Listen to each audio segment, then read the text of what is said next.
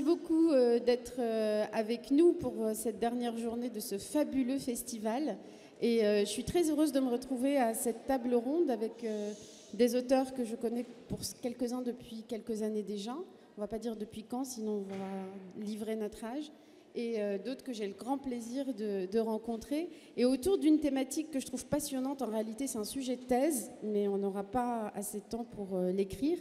Donc on va essayer de débroussailler ensemble les idées, les concepts, les questions qui naissent de cette question posée, de ce titre, que je trouve d'ailleurs très beau. Je ne sais pas qui l'a défini, mais l'avenir des mémoires, écrire en diaspora. Alors, la première question que j'ai envie de vous poser pour débroussailler un peu les termes qui nous réunissent aujourd'hui dans cette table ronde, c'est d'abord celui de diaspora. Vous tous, vous avez fait l'expérience de l'immigration, de vivre, parfois de vous installer dans un autre pays. Est-ce que le mot de diaspora a encore un sens selon vos différents parcours? Par exemple, Mabrouk Rachdi, je vais commencer par vous, vous êtes né en France. Est-ce que vous vous sentez encore rattaché à une diaspora? Bonjour à tous, bonjour à toutes. Pour moi, ça a un sens, hein, parce que ce mot diaspora relie à une partie de mon identité qui se trouve de l'autre côté de la Méditerranée. Et quand je parle de l'autre côté de la Méditerranée, je parle de l'Algérie, je parle du Maghreb, je parle de l'Afrique. Et c'est important pour moi de revendiquer, et je le fais à travers mes livres, cette autre part de mon identité et qui me lie aussi là à d'autres auteurs aujourd'hui, mais par ailleurs je me sens lié, je suis lié avec d'autres auteurs de la diaspora algérienne, de la diaspora africaine, et nous avons des échanges assez réguliers à travers Jeune Afrique, mais par ailleurs aussi, je veux dire, même avant Jeune Afrique, il y avait ce lien qui était créé. Donc, ce mot a un sens pour moi, et au-delà même, parce que tout n'est pas littérature, hein, au-delà même des livres, des publications, il y a aussi dans la vie, et ce sentiment d'appartenance commune de ces populations issues du Maghreb, d'Afrique, il existe, il crée un commun, il crée une expérience très particulière, et donc oui, je prends le terme diaspora. Alors vous avez utilisé un autre mot important, c'est celui de commun. On y reviendra tout à l'heure pour savoir ce qui constitue justement ce commun. On va faire un aller-retour. Amina Tapani, qu'est-ce qu'il évoque aussi pour vous ce mot de diaspora? Okay, merci Anan. Désolée, j'ai une petite voix, je suis en train de la perdre. J'espère qu'elle sera là jusqu'à la fin de nos échanges.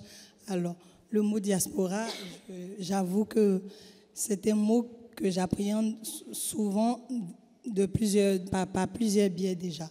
Moi-même, en tant que personne vivant hors de mon pays d'origine, donc il y a toute cette notion de diaspora qu'on finit par interroger. Et aussi, c'est une question que j'ai beaucoup interrogée dans le cadre professionnel aussi. C'est peut-être pas le mot... Il est lourd déjà, ce mot diaspora. Il est souvent connoté. Il rappelle souvent des histoires, des mémoires qui sont plus profondes. Donc souvent, on a l'impression que c'est un poids à porter. Mais au final, on se dit, ah oui, en fait, une fois que je ne suis pas dans mon pays d'origine, que je vis dans un entre-deux, que je suis d'ailleurs, je fais partie de cette diaspora. Donc on ne peut pas s'en dessaisir. Donc oui, pour moi, la diaspora fait sens. Elle fait sens aussi parce que je finis par me rendre compte qu'aujourd'hui, elle rentre aussi dans mon travail d'écriture, que je le veuille ou pas, c'est quelque chose qui s'impose, qui s'imprègne, qui se diffuse dans mon écriture. Mon roman, il est complètement autour de ces questions. Je ne pense pas que j'aurais écrit ce roman si j'étais encore en Côte d'Ivoire. Je l'ai forcément écrit parce que j'étais au Maroc et parce que j'étais dans un autre contexte qui n'était plus ce contexte d'origine. Donc, qu'on le veuille ou pas, c'est quelque chose qu'on ne peut pas occulter. Une fois qu'on est parti de chez soi, il y a un regard qui est forcément différent. Et j'ai écrit au Maroc, j'ai été publié en France et je ne suis pas lu en Côte d'Ivoire. Donc c'est une question déjà qui nous interpelle à chaque étape de notre travail d'écriture, autant au moment où on écrit, où on se situe, autant d'où on parle et à qui on parle. Donc oui, pour moi, ça fait sens dans ce thème-là. Blaise Ndala, aussi ce que recouvre ce mot de diaspora au regard de votre parcours personnel. Merci, bonjour tout le monde. Alors moi je suis parti de l'ancien Zaïre à la fin de mes études de droit, donc j'étais déjà devenu un homme, j'étais adulte. Aujourd'hui je dirais que plus de la moitié de ma vie je l'avais déjà passé en Afrique, donc forcément parler de diaspora, je me retrouve dans cette réalité-là. J'arrive en Europe, puis puisqu'on reviendra sur mon dernier livre, je me rends compte d'une part de la mémoire du Congo qui se trouve à l'extérieur du continent, à l'extérieur de mon pays, pas que symboliquement, mais matériellement, hein, à travers des destins humains, des destins brisés, matériellement, là, figés sous mes yeux. Je bouge de la Belgique, je me retrouve au Canada où je vis depuis 16 ans. J'ai ce regard qui est nourri par mon décentrement géographique, un regard qui se porte sur une communauté que j'évoquais hier, celle des autochtones du Canada, dont le parcours, le destin n'est pas sans écho au mien. Je passe mes 5 premières années au Canada pour des raisons professionnelles. Je me retrouve donc comme juriste de droit de l'homme dans un bout de l'Amérique du Nord, d'où nous viennent beaucoup de bruits, pas toujours heureux, Haïti. J'y passe 1 an et là, je découvre pas seulement des pans de cette mémoire commune qui relie l'île chère à Dany Laferrière à notre continent, mais également de lieux géographiques, physiques, qui renvoient au Congo carrément. Je pense par exemple à la plage Congo Beach à Jacmel, pour ceux qui sont allés à Jacmel, qui ont été à ces carnavals. Il y a une plage mythique qui est là-bas, qui porte carrément le nom du Congo. Je vais creuser, je vais parler avec des amis haïtiens qui approfondissent à mon grand bénéfice cette connaissance que j'avais déjà de l'histoire à la fois riche et tourmentée de l'île sur la part congolaise qu'il y a dans la révolution haïtienne, à travers notamment un personnage que les Haïtiens s'y connaissent, Macandal, qui s'appelait. Voilà, donc là je retrouve encore un bout à la fois du Congo et de l'Afrique, et ça me rappelle encore une fois le décentrement que j'ai pu vivre en passant par l'Europe, l'Amérique du Nord, les Caraïbes.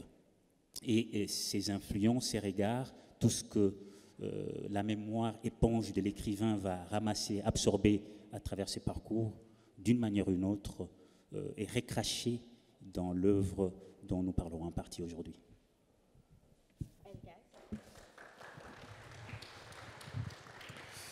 Il y a une phrase de Salman Rushdie qui est très belle, je trouve. Il dit que l'homme n'a pas de racines, il a des pieds. Et que sa vocation, c'est de se déplacer. Et quand notre vocation est de nous déplacer, forcément, c'est qu'on crée une diaspora. Parce que la diaspora, c'est un peu la grammaire, un peu du lien des gens d'ici et d'ailleurs.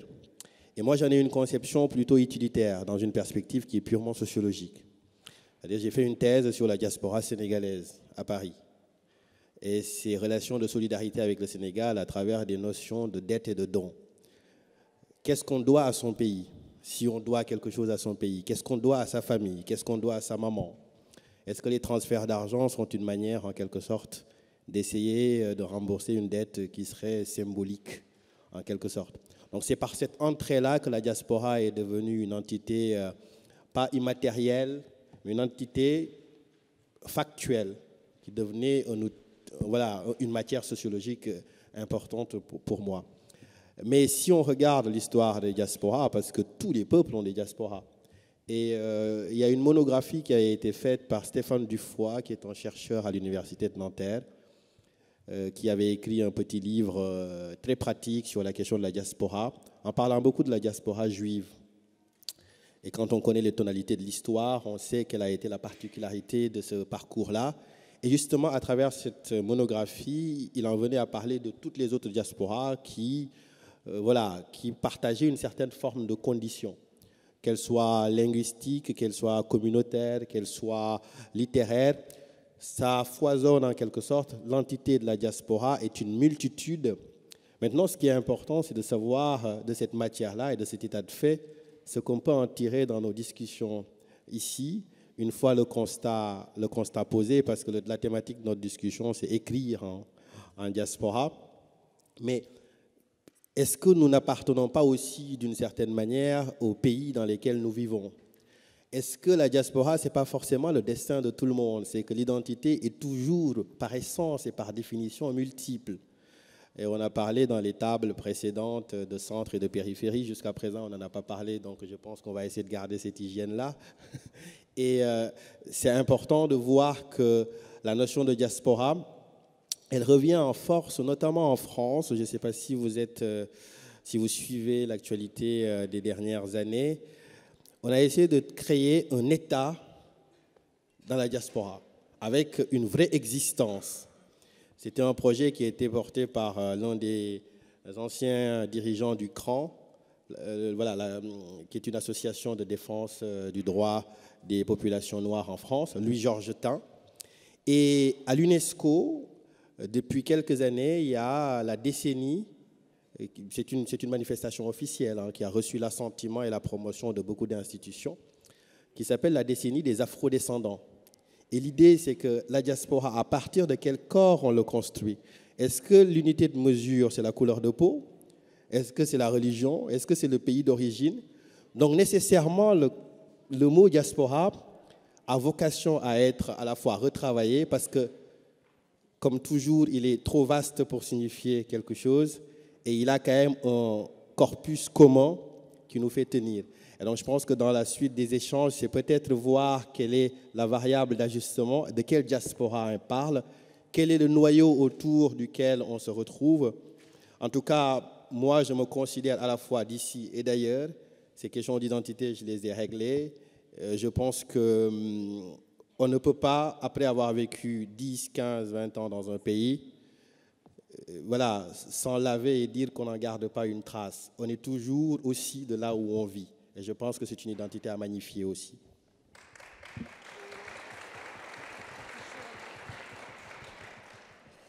Alors pareil, un peu comme pour Elgas, en fait, ce mot est arrivé très tôt dans ma vie. Au moment où j'ai quitté le Maroc donc pour m'installer en France, ce mot diaspora s'est invité. Et petit à petit, j'ai appris à m'en méfier de ce mot.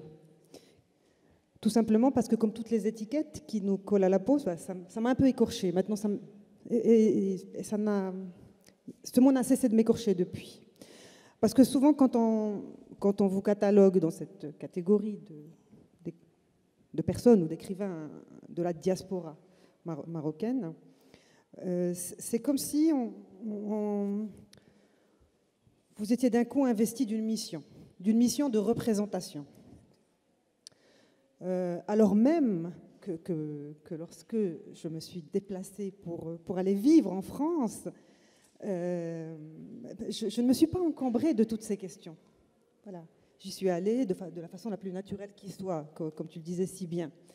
Ce sont les autres qui projetaient sur moi une mission de représentation. Donc, quand ce sont des Marocains, et puis en France, quand je suis arrivée là-bas, effectivement, on me voyait aussi comme une étrangère, comme appartenant à la diaspora d'un autre pays, là où moi j'étais tout à fait prête, et ce que je pense avoir réussi là-dessus. Donc je pense avoir fait un mariage heureux quand même entre ces deux identités, mes deux pays, tout simplement.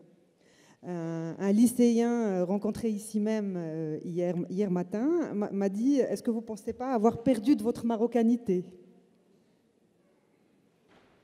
C'est une très bonne question. C'est très surprenant de la part de quelqu'un qui a 14 ou 15 ans. Eh bien, la réponse, c'est pas du tout. C'est-à-dire que, au contraire, mes deux pays se tiennent par la main, m'apportent quelque chose que je considère comme étant une richesse. Et je ne me sens absolument pas investie d'une mission. Voilà, je me suis allégée de ça, d'autant plus qu'à un moment donné, j'ai travaillé comme conseillère en insertion en France, et c'est une expérience qui m'a beaucoup apaisée à ce niveau-là, parce que j'ai rencontré des personnes qui étaient exclues du marché du travail ou qui étaient dans une démarche d'insertion. Je parle de ça dans mon roman « La théorie des aubergines », parce que je trouve que la démarche d'insertion est similaire à la démarche d'intégration. En ce sens que, au fait, à chaque fois qu'on vous accole une étiquette, c'est la même démarche au final qu'on vous demande. Voilà. C'est-à-dire celle de faire un effort pour appartenir à un clan, choisir votre camp. Et en tout cas, quand j'écris en particulier, je ne me pose pas toutes ces questions-là. Voilà. Là, je suis à Marrakech, je vais rentrer chez moi, et quand je vais écrire, le Maroc sera forcément là, et tous les paysages que j'aurai traversés seront là. Et voilà, je ne me pose pas ces questions-là. Vous avez déjà tous soulevé énormément de questions, mais moi je vais essayer de respecter la méthodologie de revenir au terme de la table ronde, mais on répondra évidemment dans vos réponses à tout ce que vous avez déjà soulevé. On a évoqué la diaspora, et puis il y a la première partie de la phrase qui s'appelle « l'avenir des mémoires ». Et vous l'avez un peu dit avec la mission de responsabilité ou le devoir de représentation. Est-ce que le fait d'écrire en diaspora, donc d'avoir un lien, qu'il soit hérité des parents, comme dans votre histoire Mabrouk, ou qu'il soit ou la vôtre Leïla, est-ce que ce lien qui existe d'une façon ou d'une autre au pays d'origine ne va pas avec une responsabilité, ne va pas avec une sorte de devoir, voire d'une sorte de dette de sens, pour reprendre le terme de Paul Ricoeur, envers les parents ou envers le pays auquel on finit par revenir et dont on finit toujours par parler. Et est-ce que pour vous ce n'est pas pesant? Je le dis parce que vous avez utilisé le mot de allégé, je me suis sentie allégée. Donc est-ce que s'identifier à une diaspora, et vous en avez tous parlé dans vos premières réponses, reconnaître qu'on est d'une diaspora, avec les difficultés que ça implique, comme vous l'avez dit Leïla, ça ne va pas avec ce devoir. Et est-ce que ce devoir est pesant, ou est-ce qu'on le vit en toute liberté et qu'on accomplit son devoir avec bonheur? Elgas, parce que je vous vois hocher la tête. Non, pas spécialement, c'est juste que toutes ces questions m'ont traversé pendant 5 ans quand je faisais ma thèse. La question de dette de sens, de dette symbolique, de redevabilité, de devoir par rapport au pays, de dette à la famille, de même dette aux parents, en quelque sorte. Oui, ce sont des termes très familiers. Et moi, j'avais mis ma thèse sous la tutelle théorique d'un anthropologue français que vous connaissez peut-être, qui s'appelle Marcel Mauss, qui a beaucoup travaillé sur la question du don et du contre-don. Qu'est-ce qu'on reçoit de sa famille et qu'est-ce qu'on donne en retour? Et moi, c'est cette sphère-là que j'ai explorée. Et j'hochais la tête parce que c'était juste amusant, ces réminiscences-là. Parce que voilà, une thèse, je ne sais pas s'il y a des forçats qui en font encore aujourd'hui. C'est fastidieux. Mais est-ce qu'on finit par l'éponger un jour, cette dette? Alors moi, je vais me défausser sur les gens que j'ai enquêtés. Moi, je n'ai pas nécessairement trouvé la réponse. Mais en tout cas, c'était très intéressant quand on fait des entretiens d'1h30 avec des gens et qu'on leur demande, oui, est-ce que vous vous sentez redevable de votre pays? Est-ce que vous sentez que vous devez quelque chose à votre pays? Et c'est vrai que pour la diaspora sénégalaise, et je ne parle que pour elle, c'est celle que je connais, oui, ce sentiment de dette, il est là. Ce sentiment de dette est plus que présent. Parce qu'il faut savoir que quand on part, moi j'appelle ça la violence symbolique du départ. Pourquoi on part, en quelque sorte? Pourquoi on part dans les pays? Alors, il faut essayer de voir la communauté de destin qui s'unit par ce départ-là. Est-ce qu'on va en France, au Canada, ailleurs dans les pays occidentaux, par gaieté de cœur ou par nécessité? Est-ce qu'on va y chercher quelque chose que nos pays ne peuvent pas nous offrir? Est-ce qu'on va y chercher une prospérité économique? Est-ce qu'on va y chercher une liberté, de l'évasion, ainsi de suite? Toutes ces questions sont essentielles et structurantes pour pouvoir comprendre quel est le degré, justement, de l'attachement et de la dette. Et pour terminer, moi, personnellement, ces questions-là, je me suis défaussé sur justement mes enquêtés, mais ce que je pourrais dire, c'est que jusqu'à présent, 95% de ce que j'ai écrit, chroniques, articles de thèse, livres, parlent du Sénégal. Ça, c'est un choix d'ancrage, surtout par mon activité journalistique.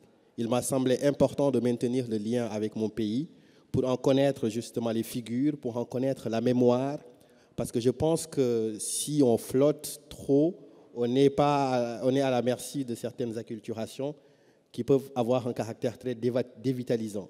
Et moi, ce que je recherche avec cet ancrage-là, c'est de connaître mon pays. Et très souvent, on dit qu'il faut penser l'Afrique Moi, je préfère la formule de Jean Coppens qui dit il faut peut-être la connaître d'abord. Aminata? Ok, mais ça me fait partie dans plein de choses en même temps, donc je ne sais pas trop comment je vais peut-être structurer ça. Déjà, tout à l'heure, quand les autres parlaient, je me suis dit, diaspora, finalement, même le thème lui-même est quelque chose qui questionne, comme disait Elgas, qu'est-ce qu'on met là-dedans, de qui on parle quand on parle de diaspora.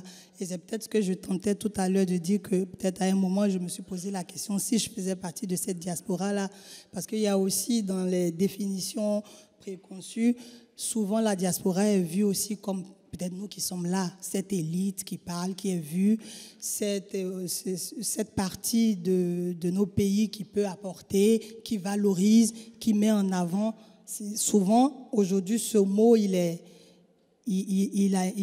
connoté positivement, mais il est connoté positivement parce qu'on veut mettre à l'intérieur ceux qui valorisent ce pays, ceux qui le mettent en avant, et parfois on oublie peut-être ceux qui sont en marge dans cette diaspora, ceux qui sont les exclus, et les migrants, ceux qu'on appelle souvent les migrants, et qu'on ne va pas forcément intégrer dans cette terminologie de diaspora. Donc, ça dépend de comment je me lève le matin. Donc, parfois, j'ai envie d'être à cette marge, donc de me considérer comme migrant parce que je n'ai pas l'impression, moi, d'apporter quoi que ce soit, peut-être à la Côte d'Ivoire où je suis partie volontairement.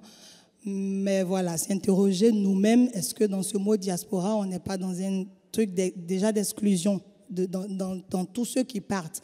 Et comment on part finalement? Est-ce que ce n'est pas nos trajectoires personnelles qui font notre lien et notre place dans cette diaspora en termes de niveau, de degré ou d'attachement? Je pense que ce sont des questions souvent qu'on ne règle pas. Mais elles varient selon le moment. Moi, il y a des moments où on se sent peut-être très fortement attaché à son pays, et il y a des moments où on a envie de le rejeter, et ça va se ressentir dans nos écritures. Moi, je réalise que quand j'écris, je parle forcément, mes personnages sont ivoiriens, mes espaces sont ivoiriens, alors que j'écris de l'extérieur de la Côte d'Ivoire. Voilà, il faut vraiment s'interroger aussi nous-mêmes dans Diaspora, déjà, qu'est-ce qu'on met là-dedans et qu'est-ce qu'on veut porter à travers ce mot. Blaise Ndala, sur cette responsabilité, le devoir d'écrire sur son pays, son histoire, parce que c'est par là que passerait l'avenir des mémoires. Est-ce que d'abord vous le vivez comme une responsabilité, et est-ce que c'est un poids? Un poids, certainement pas. Ce qui m'a aidé, qui m'amène à ne pas en faire un poids, c'est un droit que je revendique haut et fort, c'est le droit à la trahison. Donc je vais pouvoir trahir correctement, soigneusement, radicalement le Congo quand j'en ai envie. Ceux qui ont lu Sans capote ni Kalachnikov, mon deuxième roman paru chez Maman d'Encrier, savent que je n'y vais pas de main morte quand il faut fustiger le semeur de chaos qui ensanglante et violente les femmes du Kivu congolais, même si la région dont je parle, par ailleurs, n'est pas nommée telle qu'elle. Et quand on lit mon dernier roman, Dans le ventre du Congo, qui convoque la mémoire coloniale avec Expo 58, le dernier zoo humain, on a beaucoup parlé de zoo humain avec Pascal Blanchard en Belgique en 58, où on exhibe la chair congolaise aux bons pèlerins qui viennent voir du nègre pour amuser la galerie et passer le week-end en famille, à l'heure où le cinéma fait ses débuts timides, même si il y a un souci de restituer dans cette histoire triste la part précoloniale de notre mémoire, que les Belges n'ont pas nécessairement voulu rendre telle qu'elle. Quand on regarde la complexité, ce que je voulais donner comme complexité de cette partie de notre histoire, je démontre aussi que ces royaumes anciens, d'où sont venues les princesses qui sont les personnages principaux de mes romans, ce n'était pas le paradis. J'essaie de montrer aussi qu'on n'a pas toujours été le sympa, le pauvre innocents africains que le Belge, Léopold II, autres sont venus menacer. Donc je me protège derrière ce devoir de trahison qui fait que je peux dire de mon pays à la fois le bien que j'en pense, mais aussi tout le mal que j'en pense, et Dieu sait qu'il y en a beaucoup. Après, c'est moins une question de responsabilité ou de devoir que, et je reprendrai le terme que j'utilisais hier, d'une sorte d'obsession. Il y a vraiment une quête, quelque chose d'inassouvi, d'inabouti, d'inachevé qui me taraude, qui fait que comme mes premières grilles de lecture du monde, de l'autre, me sont venues du Congo, Ma conscience politique... Pardon, parce que vous parlez de ça. Pourquoi est-ce que ça vous taraude et est-ce que c'est lié à une forme de culpabilité d'être parti? Pourquoi est-ce qu'il y a cette obsession? Et c'est pour faire écho à la violence du départ qu'évoquait tout à l'heure Elgas. Non, dans mon cas, et je comprends carrément, et je suis entouré des gens qui sont dans la situation que décrivait Elgas, mais moi, le départ pour la Belgique d'abord, à la faveur d'une bourse de 3e cycle, je connais très peu de gens qui fuient avec le feu, pardon, à l'arrière, avec une bourse. Oui, c'est une opportunité qui peut arriver à un moment où on a envie vraiment de partir. Mais non, je n'ai pas vécu ces départs-là comme un déracinement, quelque chose de violent. Non, c'était vraiment un choix académique, scientifique, voulu, souhaité par ma famille. On disait, tu as un beau parcours, qu'est-ce que ça serait génial si tu avais cette bourse. J'ai raconté ça à Samy Tchak l'autre fois, qui a vu mon père. Cette bourse d'études, je l'ai parce que mon père, qui m'a poussé à soumettre cette candidature, vient me voir. On est à une semaine, tu n'as pas envoyé le dossier, tu pourrais avoir ta chance. On ne peut pas t'envoyer étudier en Belgique. Sollicite cette bourse. Moi, je dis, c'est tard. Mon père prend le dossier, il va personnellement jusqu'à l'aéroport d'Ndjili déposer dans la boîte cette demande qui est comme une bouteille à la mer qui me permet de partir. Donc je pars heureux. Je suis heureux d'aller embrasser une nouvelle aventure humaine. Donc je ne suis pas parti pour me délester d'une charge ou pour fuir une dictature qui était là. Elle était là, mais comme quinoa, comme dit Koffi Olomide, motezo pela metozo zikate. Donc l'enfer est là, il brûle, mais nous restons debout. Donc on se fait faire avec. C'était pas vraiment ça. Mais par contre, il y avait toutes ces questions que l'on ramenait de l'enfance, de l'éducation, de découvrir dans nos manuels scolaires, par exemple, qu'on en sait davantage sur la création de la Belgique, sur les 2 communautés belges, qu'on en sait sur le royaume de Bakuba, de Balunda. Et puis après, quand tu as dans ta famille un oncle parce qu'il a cette moto de seconde main qui dit toujours « Les Belges ne reviendront pas, c'est nous les Belges, je suis le nouveau colon ». Tu dis « Qu'est-ce que ça nous a laissé, ça te travaille ?» Parce qu'il associe ça aussi aux études. Est-ce que celui qui a étudié est toujours le même? Donc tu as toutes ces interrogations-là qui fait qu'à un moment donné, toutes les réponses que ni la société, ni le système éducatif, ni ton environnement familial, social ne t'a livré, quand tu arrives à l'étranger et que tu as, notamment grâce aux bibliothèques, je parlais de mon arrivée en Belgique, je vais à Tervuren, je tombe sur une tombe où on m'apprend, voilà, on a enterré ici 7 Congolais qui avaient été exposés aux eaux humaines de 1897, voilà leur tombe, voilà leur nom. Je vois des noms qui, par leur consonance, ressemblent à des noms de mon groupe ethnique. Ben forcément, il n'y a pas de responsabilité des devoir ou quoi, mais tu te questionnes, tu te dis, mais c'est pas possible. Si ça se trouve, c'est peut-être mon arrière-grand-père. Comment se fait-il que je ne sache pas? C'est une interrogation qui vient du plus profond de toi, d'un territoire intérieur qui, quand on est écrivain, nourrit cette quête de connaissances. Et comme on n'a pas les réponses, les hypothèses, on les cherche aussi dans la fiction.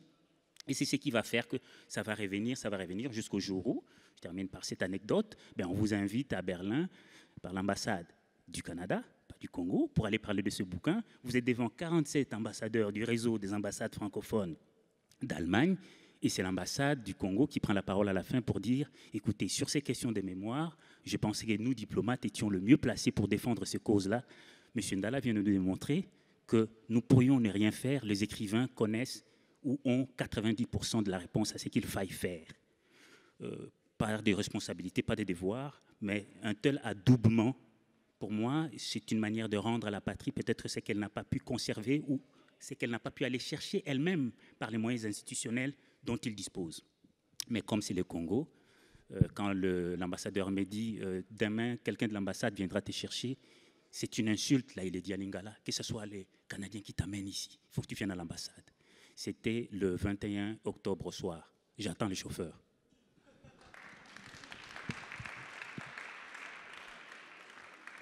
Leïla. Pour ma part, je ne me sens pas au fait investie d'un devoir. Le seul devoir que je m'impose quand j'écris, c'est celui de la sincérité. C'est celui de la sincérité et je me dis, il faut que je parle en connaissance de cause. C'est-à-dire qu'en ayant traversé des lieux, en ayant vécu au Maroc, en France, je veux m'exprimer à partir de ce territoire et peut-être à partir de mes inquiétudes, de certaines de mes colères aussi, faire des textes. Voilà, la seule exigence, c'est celle de d'écrire, d'être libre dans ce que j'écris. Je me dis que mon territoire de liberté, il se cantonne en une petite page A4, c'est quand même pas beaucoup. Donc là, je suis pleinement libre et je vais utiliser ça, cette liberté-là, pleinement, en étant le plus sincère possible et en parlant aussi en connaissance de cause, comme disait Camus. Et puis, quand mon premier roman est sorti, on m'a dit que c'est un livre politique. Je vous avoue qu'au départ, ce mot-là m'a fait peur. Vraiment. Je me suis dit, mais moi, j'ai simplement écrit un livre où je travaille d'abord la langue, en racontant une histoire, avec des problématiques qui peut-être m'obsèdent et forcément surgissent au moment où j'écris. Mais je ne me suis pas dit, je ne me suis pas réveillée en me disant, je vais écrire un livre politique, où j'aurais vraiment une dette ou quelque chose à revendiquer. Ce n'est absolument pas comme ça que je raisonne. Et avec le temps, je me suis dit que c'est tout à fait normal, puisque je suis d'abord un individu avec une trajectoire. Et quand cette trajectoire-là subit un environnement qui n'est pas serein, eh bien, ces questions politiques arrivent sur le tapis. Donc ça rejoint mon idée de sincérité de départ. Disons que ce n'est pas l'objectif en soi quand j'écris, pour faire simple. Néanmoins, ces questions-là me rattrapent, mais je n'en fais pas un devoir. Voilà, c'est ça que je veux dire. Oui. J'estime même que quand j'ai des revendications à faire, ou des choses à exprimer, ou une dimension militante dans ma vie, elle peut s'exprimer, elle serait plus efficace si je l'exprimais par d'autres moyens. L'humanitaire, par exemple. Je peux me joindre à des associations pour revendiquer certaines choses. Mais quand j'écris, il ne faut pas que ces éléments-là viennent polluer mon écriture, viennent interférer avec le texte que je suis en train de construire.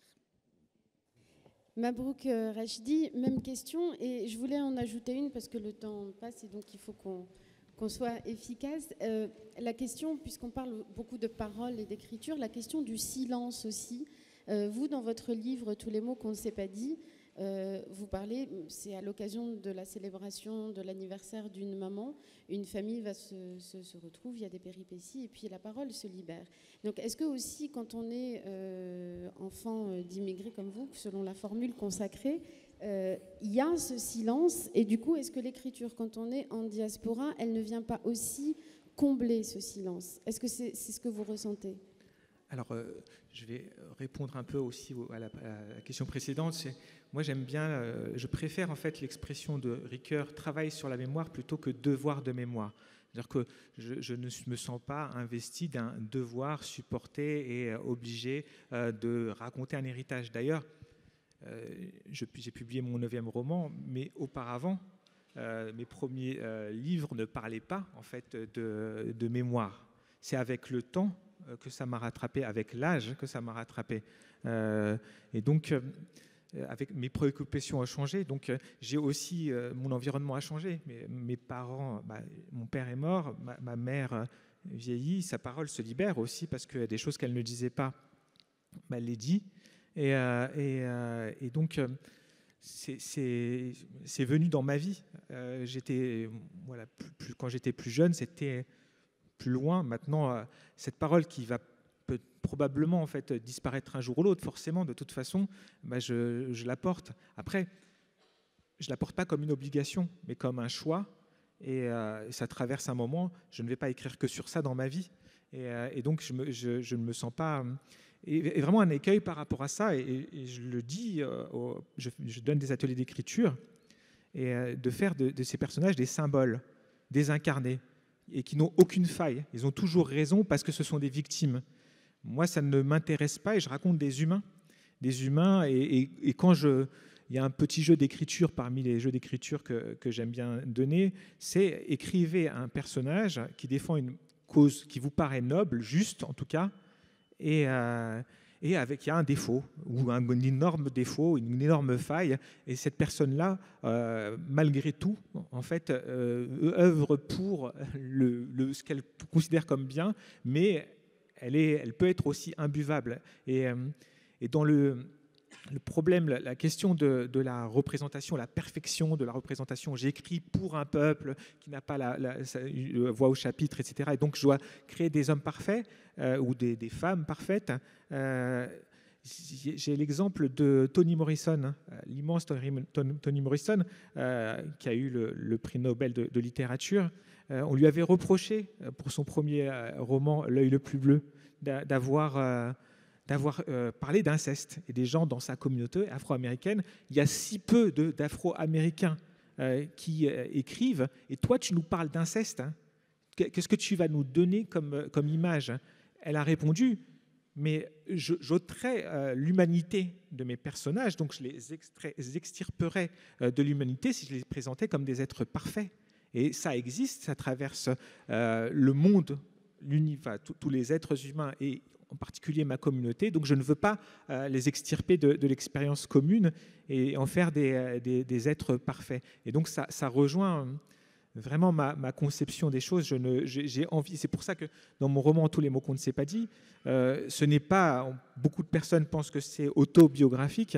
Et il y a cette phrase entre la réalité et la fiction. J'ai besoin de cette fiction pour chiffonner mes personnages. Si je raconte ma famille, je n'ai que de l'amour, de l'admiration pour ma famille, pour ma mère qui est là, pour mon père qui est mort.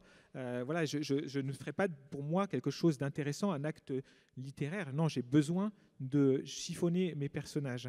Et dans mes personnages, vous l'avez dit, il y a le silence. Et ce qui est aussi intéressant quand on écrit, je rejoins certaines paroles qui ont été dites. Moi, j'écris pour moi. Mais après, on accompagne nos livres. Et cette semaine, par exemple, j'étais à Strasbourg pour des rencontres scolaires et voir comme ses propres propos peuvent résonner dans l'histoire collective et combler non seulement un trou de la mémoire peut-être familiale, sa propre mémoire familiale, mais aussi d'une mémoire commune et se produire devant des jeunes, leur parler par exemple des massacres du 17 octobre 1961 qu'ils ne connaissent pas, leur parler de même la guerre d'Algérie. On pense que oui, on en parle beaucoup, etc., etc. Leur dire la colonisation française en Algérie a duré 132 ans. Est-ce que vous vous en rendez compte?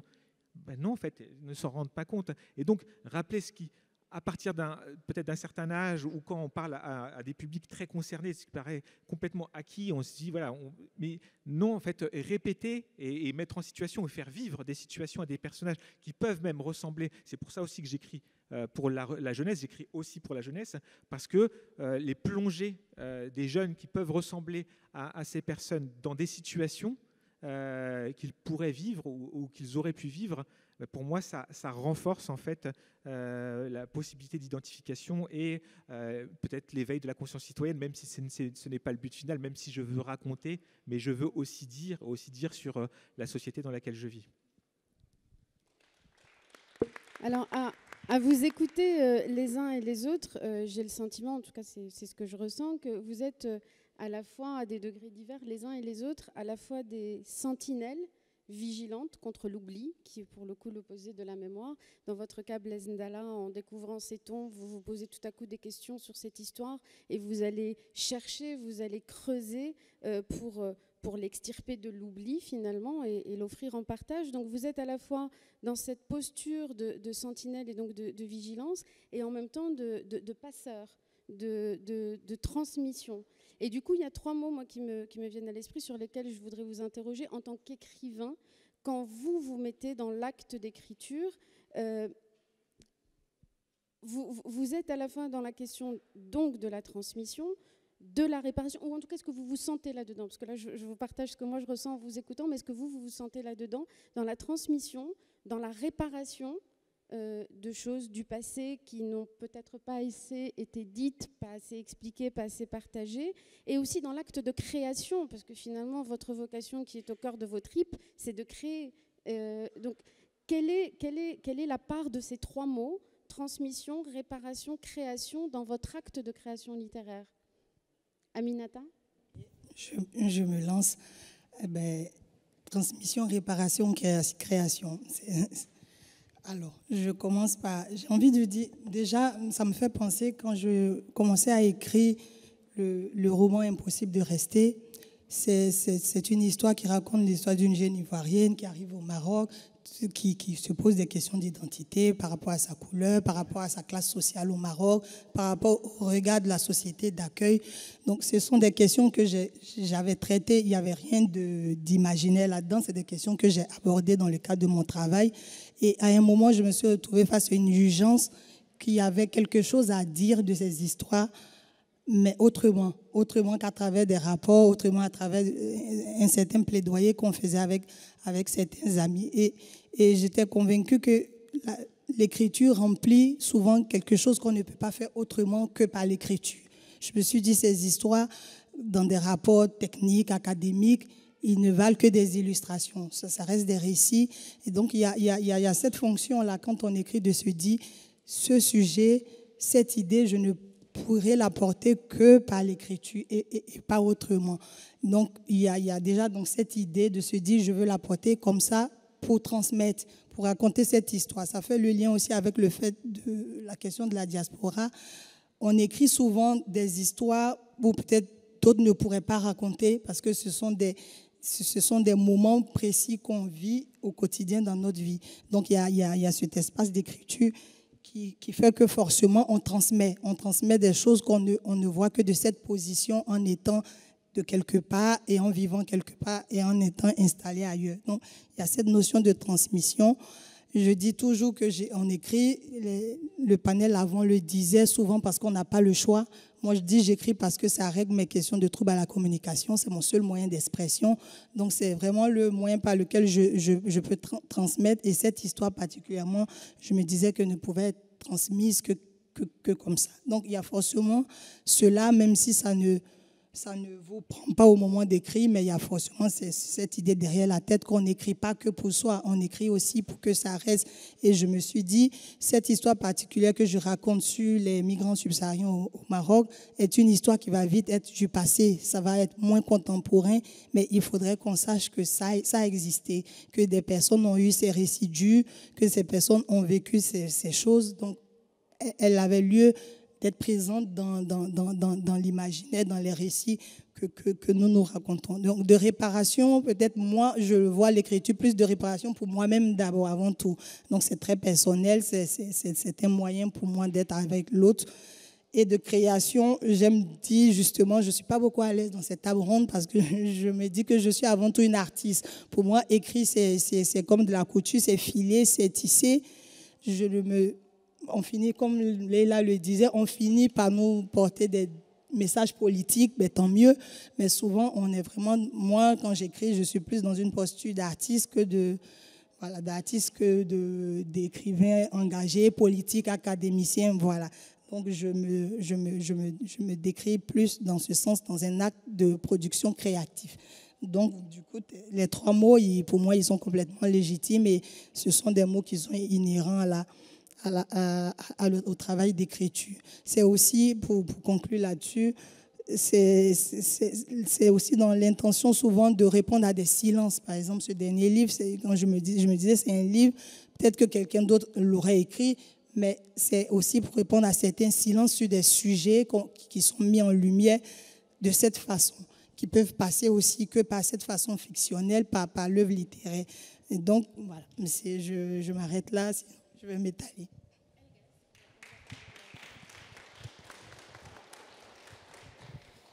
Alors, je vais encore une fois me réfugier dans ma casquette de sociologue. Et non, on veut Elgas, on ne veut pas le sociologue, on veut Elgas. Les sociologues peuvent être des écrivains parfois aussi. Non, il y a une dualité presque existentielle entre ce qu'on dit et ce qu'on est, ce qu'on veut et ce qu'on peut. Donc, en sociologie, jadis en philosophie, la première chose qu'on apprend aux gens, c'est de douter. Voilà. Il ne faut jamais prendre pour argent comptant ce que les gens disent. Il faut aller toujours chercher quelque chose de l'ordre de l'indicible, de l'ordre de l'inavouable. Et toute la richesse, justement, d'une enquête, c'est d'aller justement aller chercher l'inconfort de ce qu'on ne peut pas dire. Et donc, c'est pourquoi il faut tout aussi questionner l'histoire, la vérité. Il faut ici questionner les récits, même les récits d'écrivains. Parce que même un choix qui paraît rationnel peut être aussi parfois contraint par des complexités et justement par un écosystème qui peut aussi peser dans nos décisions. C'était le sens de ce que je disais, et Blaise a parfaitement raison, je suis content pour lui, il avait cette opportunité folle d'aller en Belgique. Quand on regarde toutes les trajectoires dans la migration, ce n'est pas la même chose. Il y a des gens qui partent très souvent quand on part, c'est par de la contrainte. Les plus grandes migrations à l'intérieur du continent africain sont à l'intérieur du continent africain. La première cause, ce sont les conflits. Les gens partent parce que, voilà, on part parce qu'on n'a pas forcément ce que l'on veut. Donc, le départ, c'est pourquoi je parle de violence symbolique. Et quand on part aussi pour aller chercher dans un autre pays ce qu'on n'a pas dans son pays, c'est aussi une forme de violence. Quand on quitte son pays sur des esquifs fragiles et qu'on va sur les côtes de Lampedusa ou de Ceuta, en fait, c'est toute cette grammaire plutôt générale dont je parlais, pas forcément du statut assez privilégié qui peut être parfois le nôtre, parce que moi aussi j'ai été comme Blaise, j'ai eu une bourse sénégalaise et je suis parti en France, donc je ne fais pas partie forcément des damnés de ces conditions-là. Alors, pour revenir à une étiquette peut-être plus journalistique et plus d'écrivain, le mot réparation, oui, forcément. J'ai écrit une série de chroniques qui s'appelle Inventaire des idoles, qui est paru récemment. Inventaire des idoles, son existence est commandée par un fait simple. Je me rendis compte que dans mon pays, le Sénégal, quand on cherchait la biographie des personnages historiques, quand on essayait juste d'avoir des informations sur des gens que l'on connaît, que l'on admire, il n'y avait rien. Il n'y avait rien. C'est-à-dire qu'il fallait aller dans des blogs un peu obscurs et, si on est fortuné, tomber sur quelques informations très, très maigres.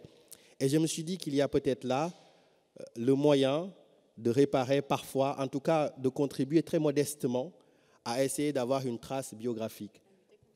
Exactement, à lutter contre l'oubli. Et justement, et surtout dans nos périodes, avec les moyens numériques dont nous disposons, nous avons quand même des outils performants pour essayer justement de donner à la mémoire une certaine épaisseur. J'ai aussi écrit une biographie d'un avocat sénégalais qui avait complètement disparu des radars, qui s'appelle Fadilou Diop. Et ainsi de suite, il a été l'avocat du FLN, il a été avocat aussi de Ernest Ouandié, qui était un grand militant anticolonial camerounais. Et dans ce sens-là, oui, l'écriture a une portée réparatrice. Mais cette portée réparatrice, on ne peut pas la postuler en quelque sorte, parce que tout ce qui est postulé peut justement se heurter au mur des aléas, et justement ce que l'on dit, ce que l'on souhaite et ce qu'on va produire, on n'est pas le maître justement qui va décider de ce qui va advenir. Et cette part en fait incompressible qu'on ne peut pas maîtriser, c'est la part du doute, mais c'est aussi le charme en fait de la création et de l'écriture. La création, forcément, on essaie modestement, j'ai écrit un roman, on essaie de faire vivre à la fois des univers, des personnages, des imaginaires. Donc voilà, donc la création, sans doute, on peut la revendiquer aussi. Et puis je m'aligne tout à fait sur ce qu'a dit Leïla, sur ce qu'a dit Blaise, ainsi de suite, et sur ce qu'a dit Mabrouk. Il n'y a pas d'injonction, parce que l'acte d'écriture demande une liberté absolue. On ne peut pas vivre justement dans les carcans et justement subir des influences et pouvoir produire à notre guise. Donc l'acte de trahison, comme le disait un écrivain que je ne citerai pas parce qu'il est un peu funeste français, il disait que la première ligne qu'on écrit, c'est une forme de négation de toute l'humanité. Et je pense que c'est une très très belle phrase. Ça dit la puissance de la littérature. Et puis le dernier mot, c'est transmission. Je pense que c'est important, mais la transmission, on ne la fait pas uniquement en littérature, pour le coup. La transmission, elle est familiale, elle est avec des amis, elle est intellectuelle, elle est journalistique. Et qu'on le veuille ou non, nous sommes des transmetteurs. Nous sommes des transmetteurs peut-être inconscients, parce que toute mémoire qui transite par des canaux, et nous sommes souvent ces canaux-là, livres ou pas. Donc j'ai envie de démocratiser ce mot-là, qui a sa pleine place aussi dans la littérature.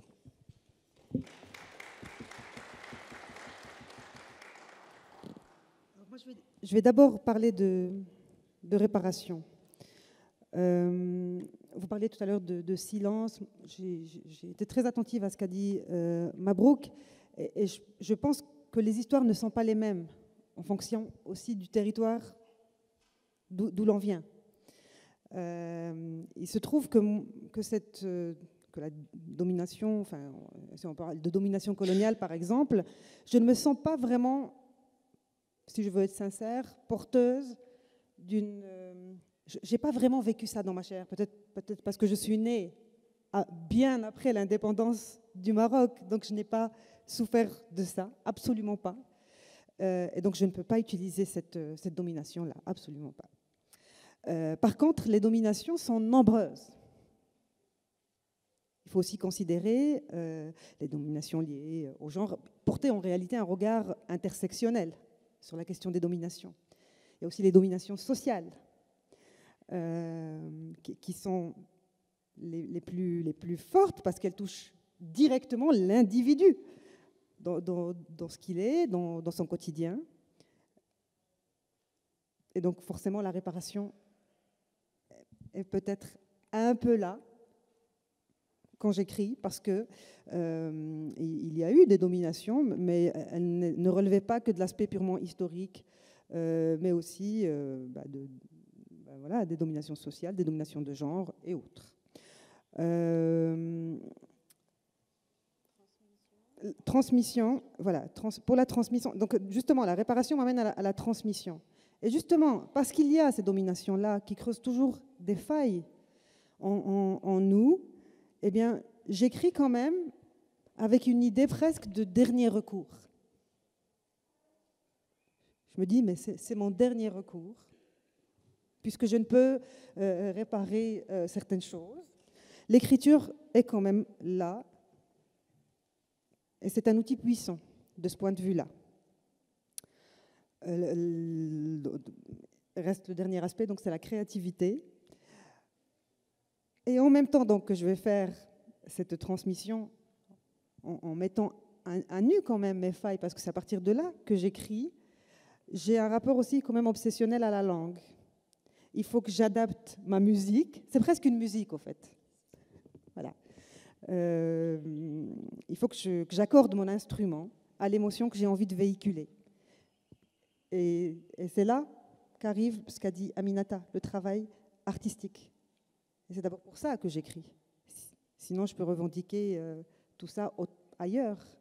Mais moi, je veux d'abord faire un travail sur la langue, faire peut-être de ce qui a constitué quelque chose de mauvais, d'une certaine laideur, que peut parfois, malheureusement, nous montrer la vie, quelque chose de beau. Donc faire de cette laideur-là quelque chose de beau. C'est ça mon projet.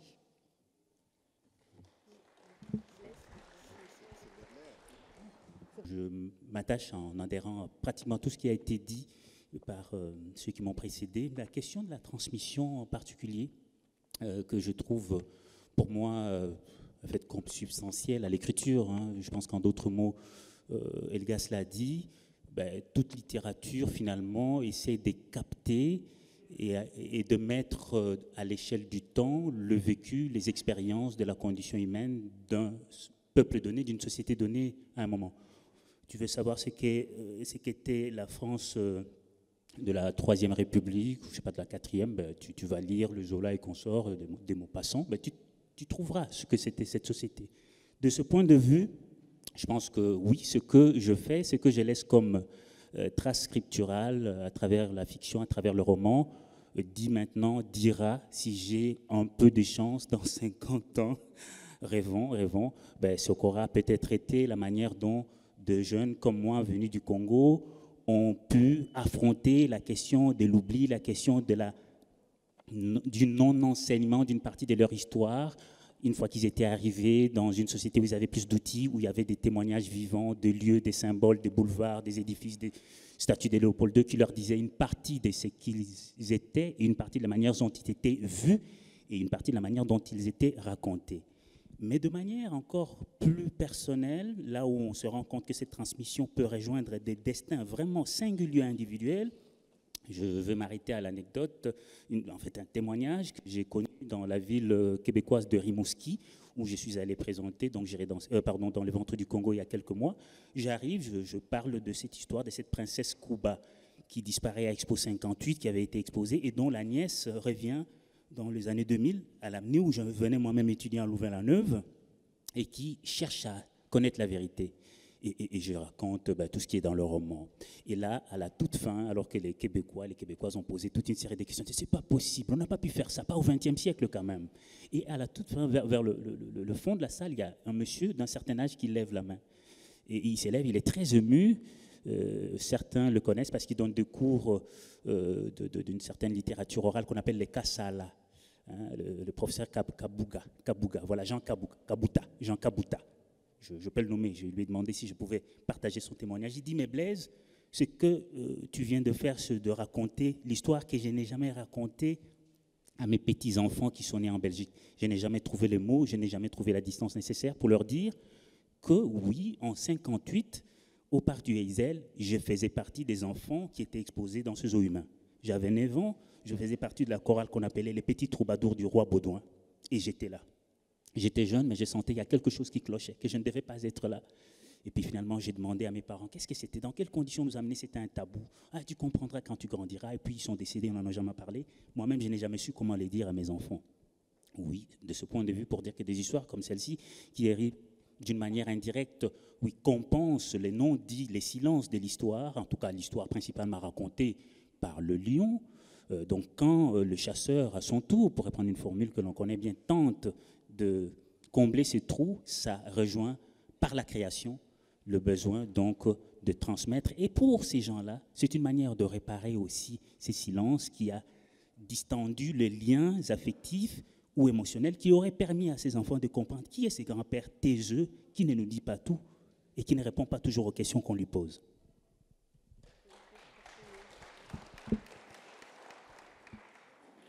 Spontanément,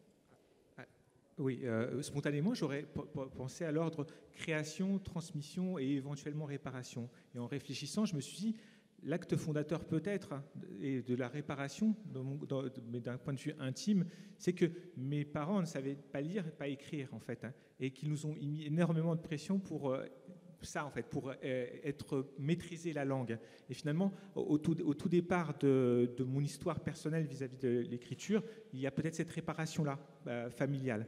Après, la création, c'est mon moment, c'est ce qui m'appartient et les mondes que je veux revisiter. La transmission, moi, mon envie, c'est de transmettre des questions. Alors, Elgas a parlé de doute, en fait.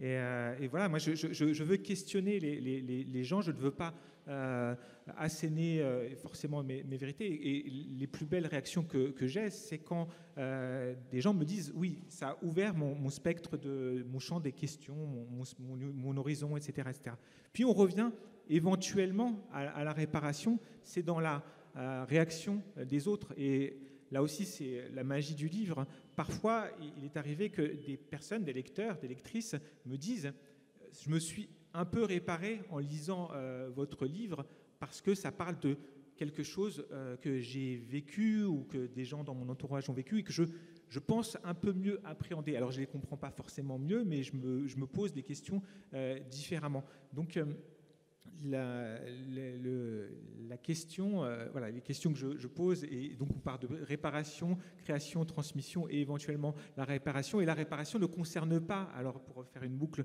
que des gens de la diaspora. Et ça, c'est là aussi le grand côté universel de la littérature, c'est qu'il y a aussi des gens qui n'ont pas du tout le même commun que moi, qui se sont reconnus ou qui sont reconnus dans les questionnements abordés dans mes livres. Donc, il peut y avoir des gens du Limousin, des gens voilà, qui n'ont absolument aucun rapport, des gens du Maroc qui ont une histoire de... Voilà, et donc ça, c'est quelque chose qui m'ouvre à cette magie de ce qu'est le livre. Merci beaucoup à tous les 5 pour ces témoignages et ces analyses.